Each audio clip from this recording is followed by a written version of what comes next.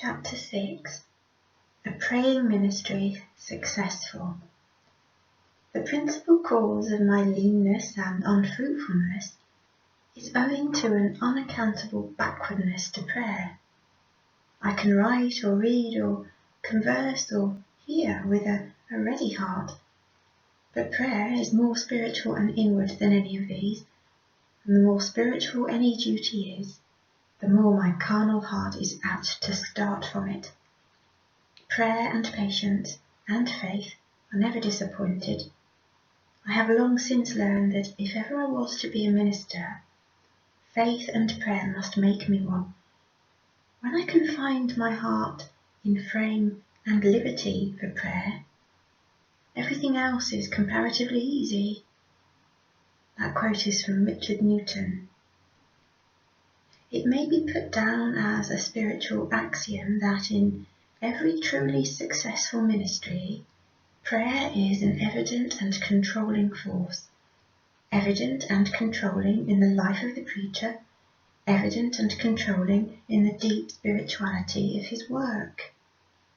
A ministry may be a very thoughtful ministry without prayer. The preacher may secure fame and popularity without prayer.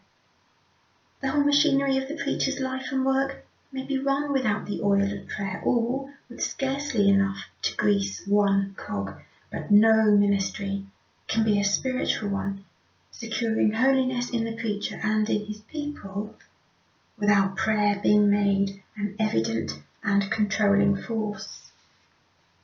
The preacher that prays indeed puts God into the work. God does not come into the preacher's work as a matter of course or on general principles, but he comes by prayer and special urgency. That God will be found of us in the day that we seek him with the whole heart is as true of the preacher as of the penitent. A prayerful ministry is the only ministry that brings the preacher into sympathy with the people. Prayer as essentially unites the preacher to the human as it does unite him to the divine. A prayerful ministry is the only ministry qualified for the high offices and responsibilities of the preacher. Colleges, learning, books, theology, preaching cannot make a preacher, but praying does. The Apostles' commission to preach was a blank till filled up by the Pentecost which praying brought. A prayerful minister has passed beyond the regions of the popular, beyond the man of mere affairs, of secularities, of pulpit attractiveness. He's passed beyond the ecclesiastical organizer or general into a sublimer and mightier region, the region of the spiritual. Holiness is the product of his work. Transfigured hearts and lives emblazon the reality of his work, its trueness and substantial nature. God is with him. His ministry is not projected on worldly or surface principles. He is deeply stored with and deeply schooled in the things of God. His long, deep communings with God about his people and the agony of his wrestling spirit have crowned him as a prince in the things of God. The iciness of the mere professional has long since melted under the intensity of his praying. The superficial results of many a ministry and the deadness of others are to be found in the lack of praying. No ministry can succeed without much praying, and this praying must be fundamental, ever abiding, ever increasing. The text, the sermon should be the result of prayer. The study should be bathed in prayer, all its duties so impregnated with prayer, its whole spirit, the spirit of prayer. I am sorry that I have prayed so little, was the deathbed regret of one of God's chosen ones, a sad and remorseful regret for a preacher. I want a life of greater, deeper, truer prayer, said the late Archbishop Tate. So may we all say, in this may we all be secure. God's true preachers have been distinguished by one great feature. They were men of prayer. Differing often in many things, they have always had a common centre. They may have started from different points and travelled by different roads, but they converged to one point. They were one in prayer. God, too, there was the centre of attraction, and prayer was the path that led to God. These men prayed not occasionally, not a little at regular or at odd times, but they so prayed that their prayers entered into and shaped their characters. They so prayed as to affect their own lives and the lives of others. They so prayed as to make the history of the church and influence the current of the times. They spent much time in prayer, not because they marked the shadow on dial or the hands on a clock, but because it was to them so momentous and engaging a business that they could scarcely give over. Prayer was to them what it was to Paul, a striving with earnest effort of soul, what it was to Jacob, a wrestling and prevailing, what it was to Christ, strong crying and tears. They prayed always with all prayer and supplication in the Spirit, and watching thereunto with all perseverance. The effectual, fervent prayer has been the mightiest weapon of God's mightiest soldiers. The statement in regard to Elijah, that he was a man subject to like passions as we are, and he prayed earnestly that it might not rain, and it rained not on the earth by the space of 3 years and 6 months. And he prayed again, and the heavens gave rain, and the earth brought forth her fruit. It comprehends and describes all prophets and preachers who have moved their generation for God, and shows the instrument by which they worked their wonders. Chapter 7. Much time should be given to prayer. The great masters and teachers in Christian doctrine have always found in prayer their highest source of illumination. Not to go beyond the limits of the English Church, it is recorded of Bishop Andrews that he spent 5 hours daily on his knees. The greatest practical resolves that have enriched and beautified Christian and human life in Christian times have been arrived at in prayer. That quote is from Canon Liddon.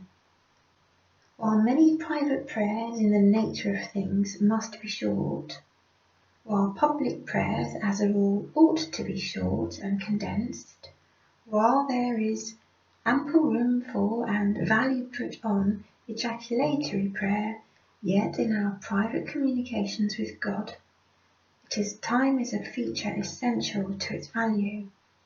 Much time spent with God is the secret of all successful praying.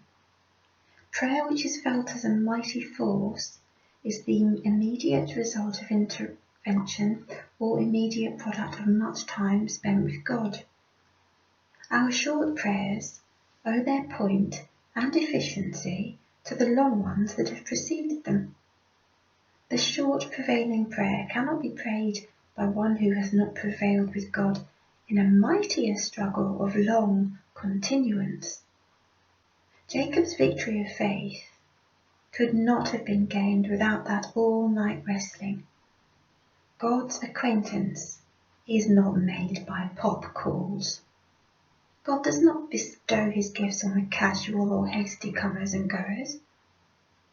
Much with God alone is the secret of knowing him and of influence with him. He yields to the persistency of faith that knows him.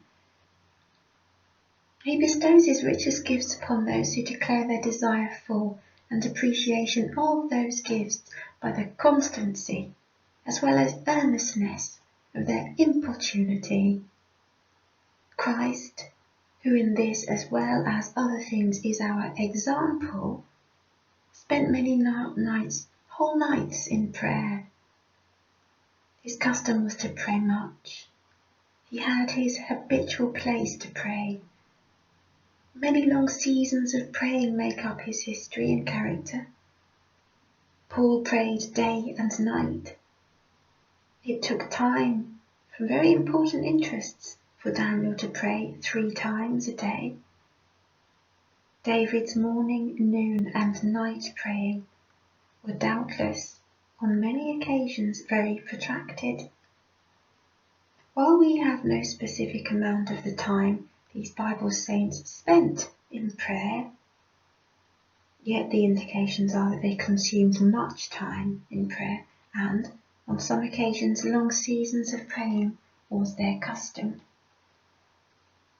We would not have any think that the value of their prayers is to be measured by the clock, but our purpose is to impress on our minds the necessity of being much alone with God, and that if this feature has not been produced by our faith, then our faith is of a feeble and surface type. The men who have most fully illustrated Christ in their character and have most powerfully affected the world for him have been men who spent so much time with God as to make it a notable feature of their lives. Charles Simeon devoted the hours from 4 till 8 in the morning to God. Mr. Wesley spent 2 hours daily in prayer. He began at 4 in the morning. Of him, one who knew him well wrote, "He thought prayer to be more his business than anything else, and I have seen him come out of his closet with a serenity of face next to shining." John Fletcher stained the walls of his room by the breath of his prayers. Sometimes he would pray all night, always frequently and with great earnestness. His whole life was a life of prayer. "I would not rise from my seat," he said, "without lifting my heart to God." His greeting to a friend was always, "Do I meet you praying?" Luther said, "If I fail to spend 2 hours in prayer each morning, the devil gets the victory through the day. I have so much business I cannot get on with without spending 3 hours daily in prayer."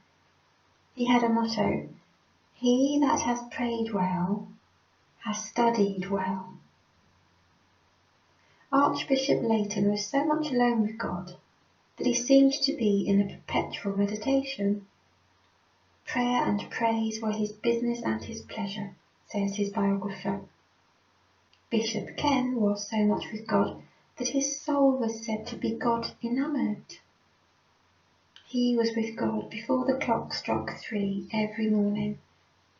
Bishop Ashbury said, "I propose to rise at 4 o'clock as often as I can and spend 2 hours in prayer and meditation." Samuel Rutherford, the fragrance of whose piety is still rich, rose at 3 in the morning to meet God in prayer. Joseph Alleine arose at 4 o'clock for his business of praying till 8. If he heard other tradesmen plying their business before he was up, he would exclaim, "Oh, how this shames me! Doth not my master deserve more than theirs?" He who has learned this trade well draws at will, on sight, and with acceptance of heaven's unfailing bank. One of the holiest and among the most gifted of Scotch preachers says, "I ought to spend the best hours in communion with God. It is my noblest and most fruitful employment, and is not to be thrust into a corner. The morning hours from 6 to 8 are the most uninterrupted, and should be thus employed. After tea is my best hour, and that should be solemnly dedicated to God. I ought not to give up the good old habit of prayer before going to bed, but guard must be kept against sleep. When I awake in the night, I ought to rise and pray. A little time after breakfast might be given to intercession. This was the praying plan of Robert McChaney. The memorable Methodist band in their praying Shaymass. From 4 to 5 in the morning, private prayer. From 5 to 6 in the evening, private prayer. John Welsh, the holy and wonderful Scotch preacher, thought the day ill spent if he did not spend 8 or 10 hours in prayer. He kept a plaid blanket that he might wrap himself when he arose to pray at night. His wife would complain when she found him lying on the ground weeping. He would reply, "Oh, woman, I have the souls of 3,000 to answer for, and I know not how it is with many of them."